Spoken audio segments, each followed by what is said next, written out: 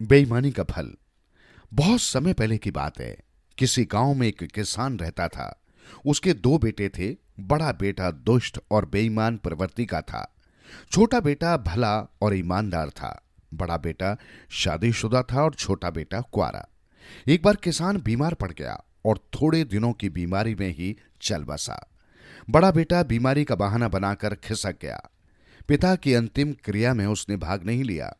किसान की अंतिम क्रिया उसके छोटे बेटे ने की। पिता की अंतिम क्रिया कर छोटा बेटा घर लौटा।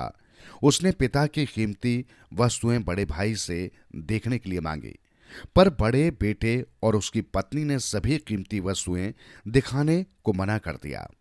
बड़े भाई ने कहा, पिताजी ने घर के अलावा कोई दूसरी संपत्ति छोड़ी ही नहीं थी। मेरी तो पत्नी है, बच्चे हैं, जबकि तू कुंवारा है। इसलिए इस घर पर मेरा ही अधिकार रहेगा। तू यहां से चला जा। छोटे भाई ने इसका विरोध नहीं किया। वो चुपचाप घर छोड़कर चला गया। चलते चलते वो गांव से दूर पर्वत की तराई में पहुंचा। वहां उसने एक छोटी सी झोंपड़ी बनाई। एक कुत्ता और बिल्ली को उसने अपना साथी बनाया। वर्षा ऋतु शुरू होने वाली थी। उसने तराई के आसपास की जमीन को जोतकर खेती करने का निश्चय किया ताकि पेट भरने का इंतजाम हो सके। उसके पास बैल नहीं थे।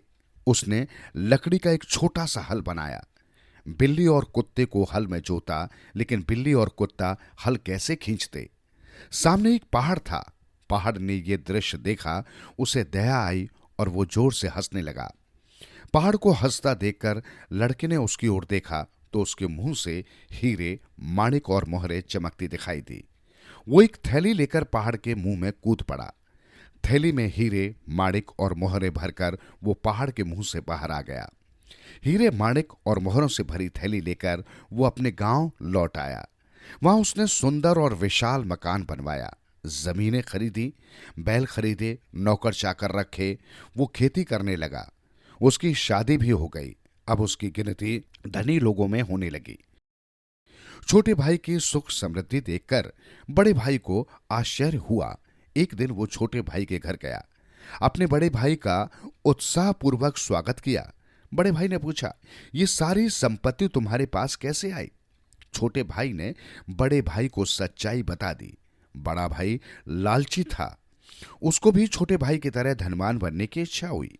वो भी गांव छोड़कर पर्वत की तराई में रहने लगा। कुत्ते और बिल्ली पाले। वर्षा ऋतु आई तो बड़े भाई ने भी लकड़ी का छोटा सा हल बनाया। कुत्ते और बिल्ली को हल में जोता। कुत्ता और बिल्ली हल खींचने लगे। पहाड़ ने ये दृश्य देखा, वो हंसने लगा। इस बार पहाड़ के हंसने में दया नहीं थी। पहाड़ के हंसने की आवाज सुनकर बड़े भाई ने पहाड़ के मुंह की ओर देखा।